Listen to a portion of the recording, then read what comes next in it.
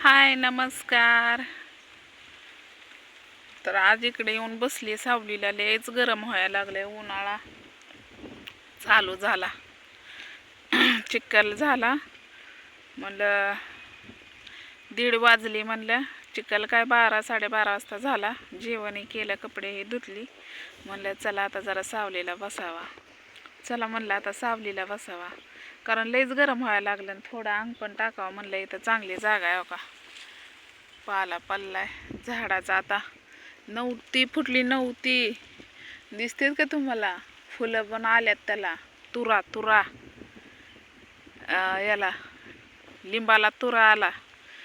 पाडव्याचा हे सगळा पाला पडला. हे काय मग येऊन बसले, हवा सुटली म्हणून. म्हणलं थोडंसं डोळं लागल्यात झाकायला. म्हणलं एक खेड्याव तर बनवावं म्हणलं.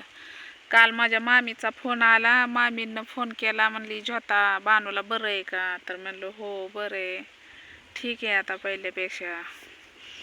तर म्हणल्या मी बानूला खायला पैसे पाठवते, बानूला फळं आणा. म्हणलं बर. मग त्यांनी मामींनी, म्हणजे माझ्या सख्या मामींनी, मग बानूला खायला पैसे पाठवले 200 रुपये. मग बानूला आता सोमवारीच न्यायचं खायला. मग फळं ही असावं तर म्हणतात ना माम्या, अशा असावा. फुल नाही, फुलाची पाकळी तर बानूला पाठवली. ह्याच्यातच मला लय आनंद झाला बघा. असं वाटत होतं मी हेड्याव कधी बनवू. पण मामे मला म्हणलेल्या की आता काय तुम्हाला सांगू नका. पण म्हणलं ठीक आहे, माझ्या पोटात राहत नाही. प्रत्येक गोष्ट मला अशी वाटते की सांगावं मी, बोलावं मी. कसं आहे, सांगितल्याशिवाय तुम्हाला कळणार नाही, है की नाही? आणि उन्हाने डोळं माझं बघा किती बारीक होते. तर असं ठळक असं बघायलाच येत नाही. मग ठळक असं बघितलं की डोळ्याला पाणी येतंय माझ्या. असं केलं ना बरं वाटतंय. तर बसले इकडं. म्हणलं चला. तर आईचा आलता फोन सकाळ सकाळ. आई म्हणले बानू आता खाती, जरा बरी झाली, पण दुधाचा महिना भरलाय, 2 महिन्याचं तसंच रखडल्या. तर मग मी म्हणलं घरामध्ये तेल नाही. तेलाचा पुडा एका मोठा तरी आणला तरी 4 दिवस पण जात नाही. देवाला हे लागते ना वात म्हणली. आणि खास तिनं याच्यासाठी फोन केला सकाळ सकाळ. म्हणले नारळ मोठा झालाय, पत्र्याला टेकलाय. म्हणली ये म्हणली ते नारळ कोणाला तर देऊ का म्हणली. तर आता माझा एक यूट्यूबवरला भाव आहे, इकडलंच कुठंतरी आहे ते. पण ते फोन केला दादानी. नारळ मी पहिलं म्हणायचे कुणाला पाहिजे का, कुणाचं रान आहे का लावायला. तेव्हा ती दादा म्हणला होता की मी येणार आहे ताई, ते नारळ राहू द्या तसाच.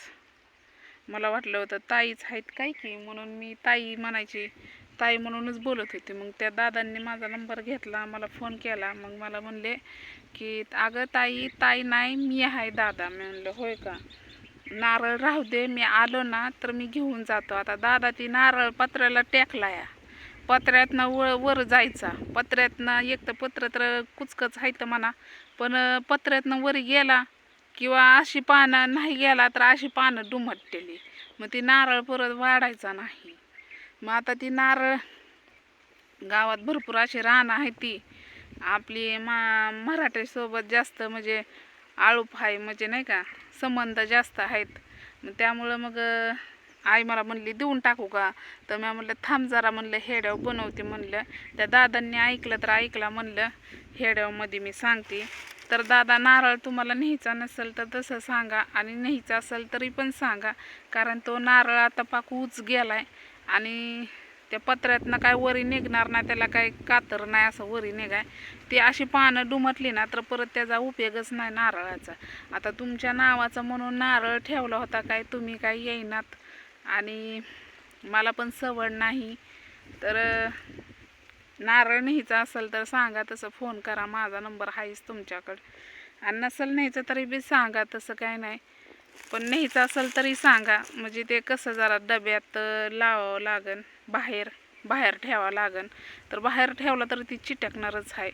आणि ते तांब्यात कसं आल्हाद आहे ती पटकन असा ऊच वाढतो या त्यामुळं. तर या दादा, नारळ न्यायचा नसेल तरी बी सांगा, न्यायचा असेल तरी बी सांगा. का तर ते आईनं मला फोन केला होता म्हणून मी आज ते म्हणलं त्या विषयावर जरा थोडंसं बोलते म्हणलं. तर राहिला प्रश्न माझ्या भावाच्या पुरीचं लग्न आहे की